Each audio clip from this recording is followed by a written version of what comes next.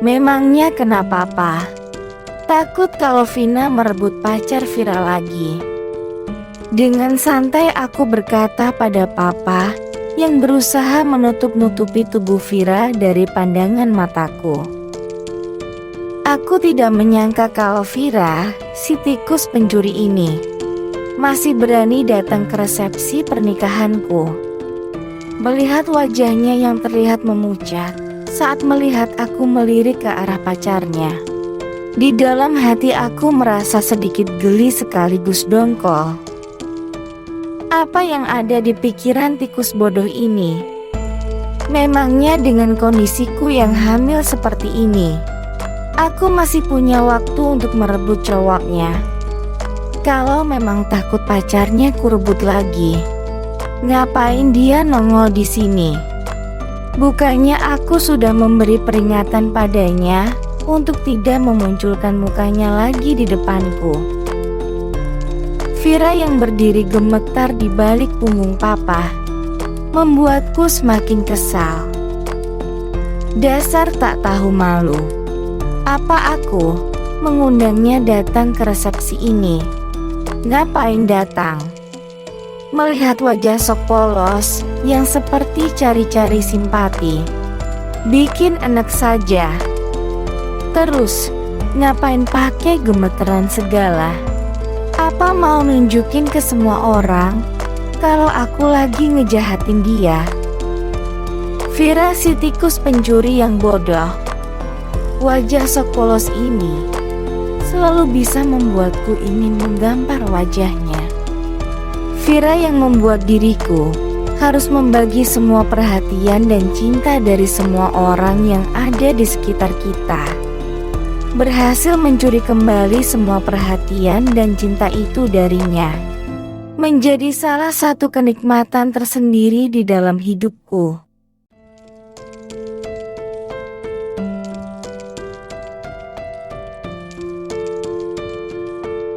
Orang-orang yang bisa menerka isi hatiku akan berkata kalau aku sangat egois. Aku tidak menyangkalnya. Aku memang egois. Aku ingin mendapatkan semua kasih sayang dan cinta dari orang-orang di sekitarku. 2 tahun yang lalu, saat merebut Vino, cowok yang sudah bertahun-tahun dicintai oleh Vira. Saat melihat kepedihan dari sinar mata Vira, aku sempat merasa sangat puas. Puas, karena akhirnya aku bisa merebut kasih sayang dari orang yang sangat berarti untuknya. Saat itu aku merasa kalau akhirnya aku bisa membalas dendamku padanya. Tapi ternyata itu adalah salah satu kesalahan terbesar dalam hidupku. Dengan geram aku menggertakkan gigiku. Seandainya saja tatapan mataku bisa membunuhnya. Aku menatap tajam wajah pucat Vira, adik kandung yang sangat aku benci ini. Di dalam hati aku menyeringai padanya. Vira si tikus pencuri yang mencuri semua kasih sayang dari Oma kepadaku. Saat kecil, orang sering bertanya kepadaku, siapa orang yang paling aku sukai? Aku akan selalu menjawab, kalau aku paling suka dengan Oma.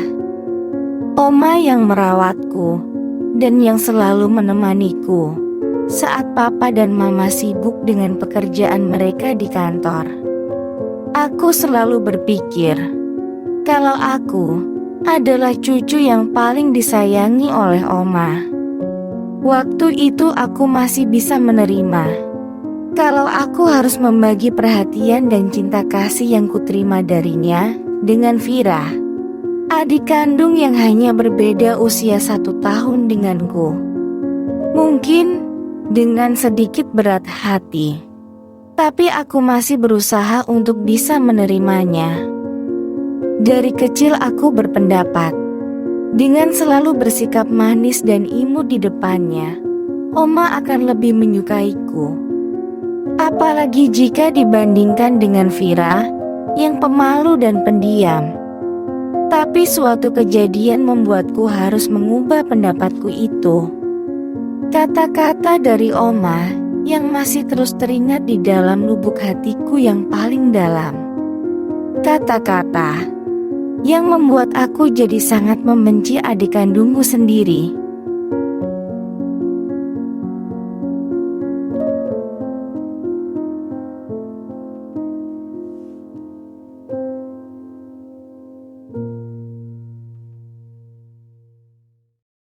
Saat Vina berusia 7 tahun.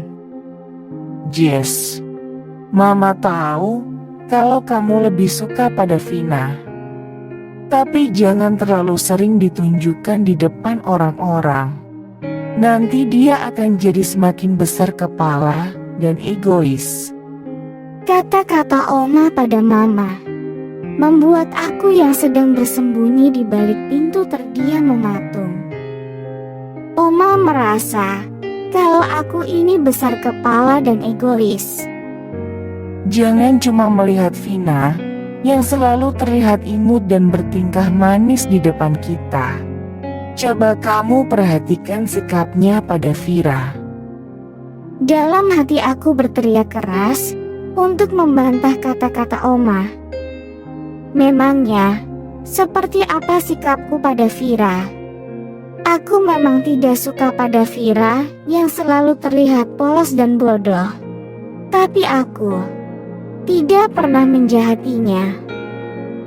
Vina memang lebih pintar mengambil hati orang.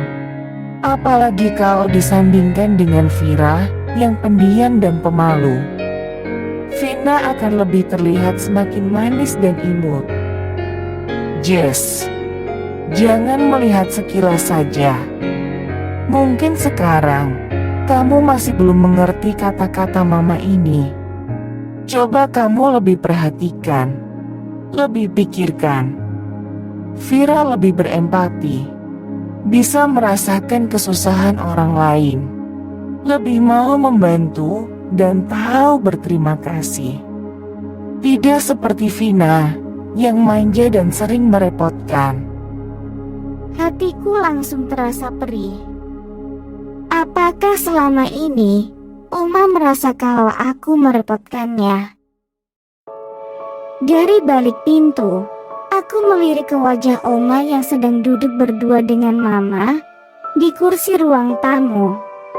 Aku tidak pernah menyangka kalau Oma, orang yang paling aku sukai, ternyata memiliki pikiran seperti itu terhadapku.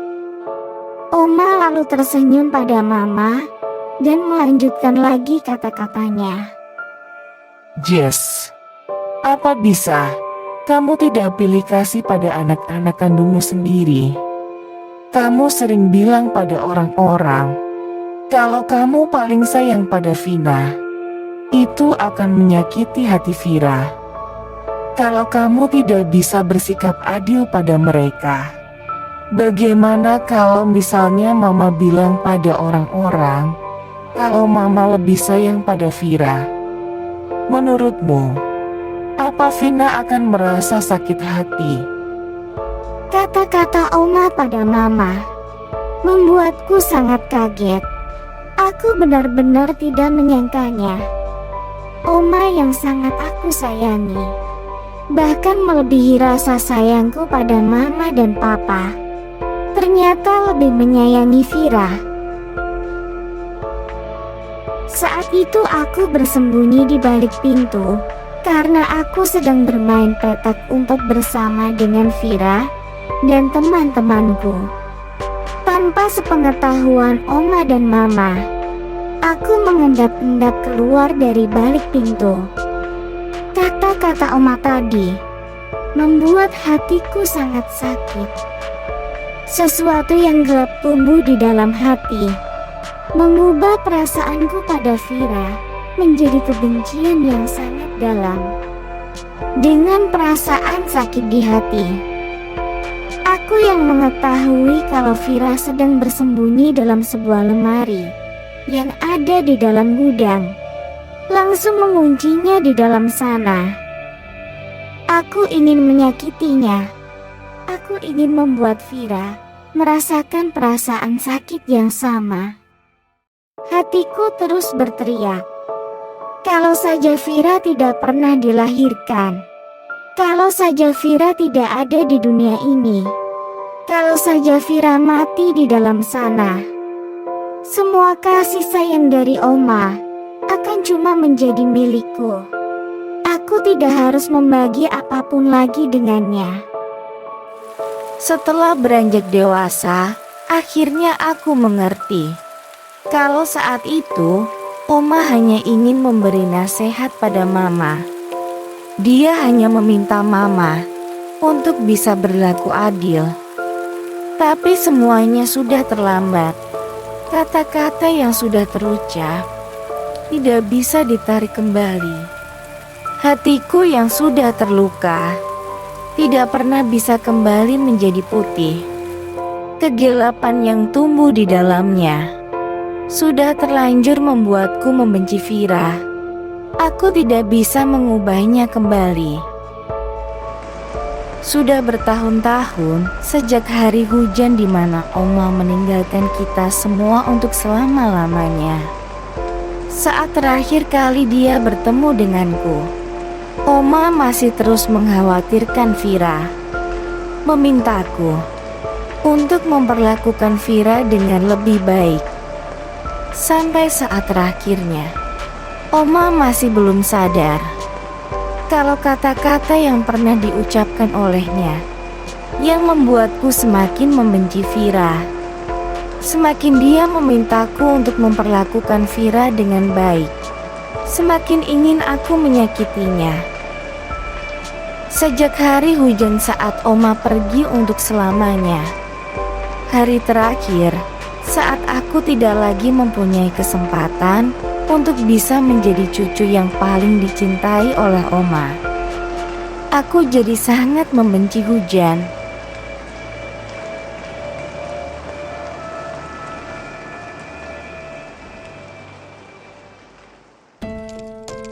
Aku tersadar dari lamunanku dan merasakan tatapan tajam dari Papa yang memelototi aku. Aku tahu kalau Papa masih merasa marah padaku.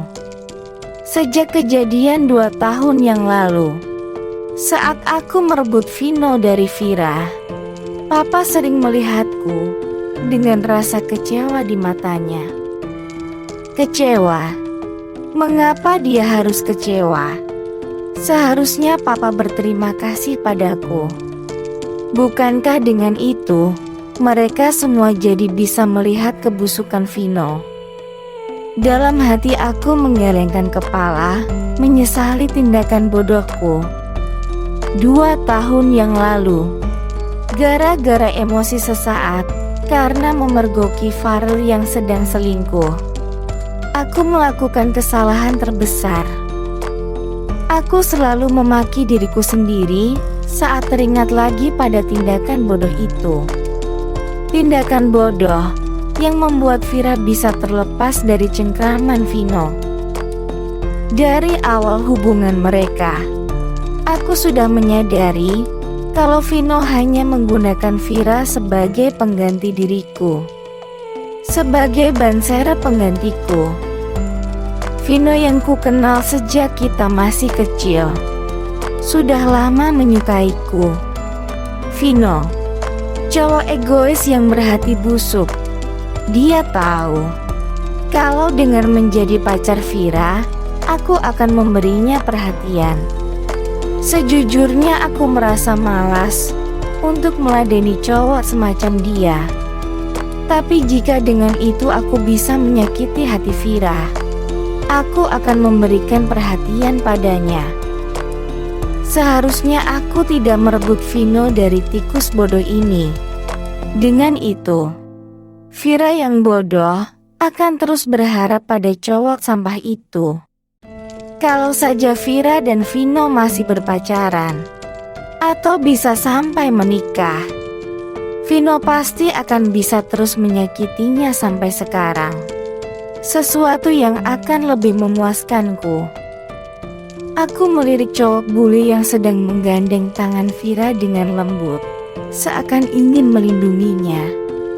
Kalau aku berani jujur pada diriku sendiri, pacar baru Vira ini lebih cakep dan lebih keren kalau dibandingkan dengan Farel. Dari pakaian dan jam tangan yang dikenakannya, aku juga bisa melihat kalau sepertinya dia juga lebih kaya. Bagaimana bisa tikus bodoh ini dapat pacar baru dalam waktu kurang dari 2 tahun? Bukannya dia cewek Cooper, katanya dia pendiam. Tapi kenapa setelah lepas dari Vino, dia masih bisa dapat pacar level tinggi? Benar-benar tidak masuk di akal. Aku tidak bisa terima. Sialan, keparat. Ini semua gara-gara emosiku saat itu. Darah dalam tubuhku terasa mendidih saat aku memikirkan kesalahan bodoh yang kubuat saat itu. Membuat aku ingin melampiaskan rasa kesalku pada papa yang terlihat ingin membela Vira. Vina sudah lama tahu kalau papa pilih kasih. Papa lebih sayang pada Vira. Vina, Farel, ayah dari anak yang ada di perutku, menarik lenganku. Tiba-tiba aku tersadar. Di hadapan papa, mama, Farel dan juga pacar baru Vira, aku menunjukkan watak asliku. Sejenak aku melirik pacar baru Vira untuk melihat reaksinya. Dari rasa was-was dan muak yang bisa kulihat di wajahnya, aku tahu kalau dia sudah lama mengetahui sifatku ini. Mungkin kali ini Vira si tikus bodoh sudah tidak sebodoh biasanya. Untuk bisa merebut cowok ini sepertinya akan sangat sulit. Tenang aja Pak, karena Vina sudah ada ini. Vina tidak ingin bermain-main lagi. Aku mengelus perutku dengan lembut. Anak yang ada di dalamnya akan bisa membuatku mengikat Farel untuk selalu terus berada di sampingku.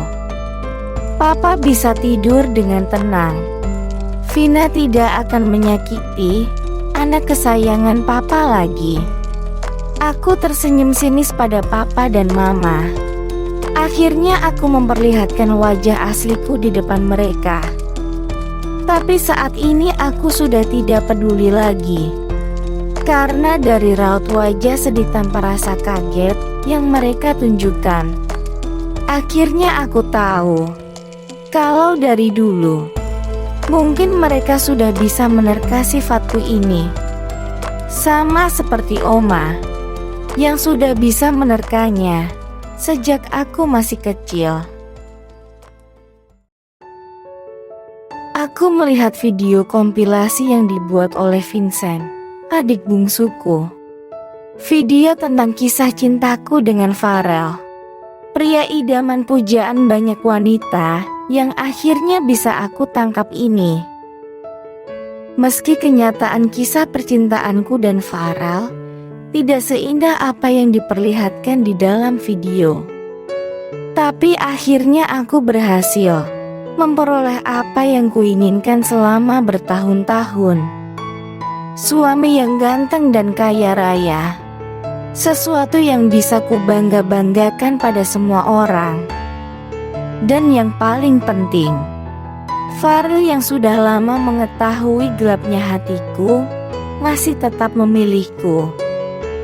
Saat ini, orang yang paling ingin kumiliki sudah kuikat di sampingku. Kali ini, aku tidak akan melepaskannya lagi. Aku akan mencengkram dia seumur hidupnya.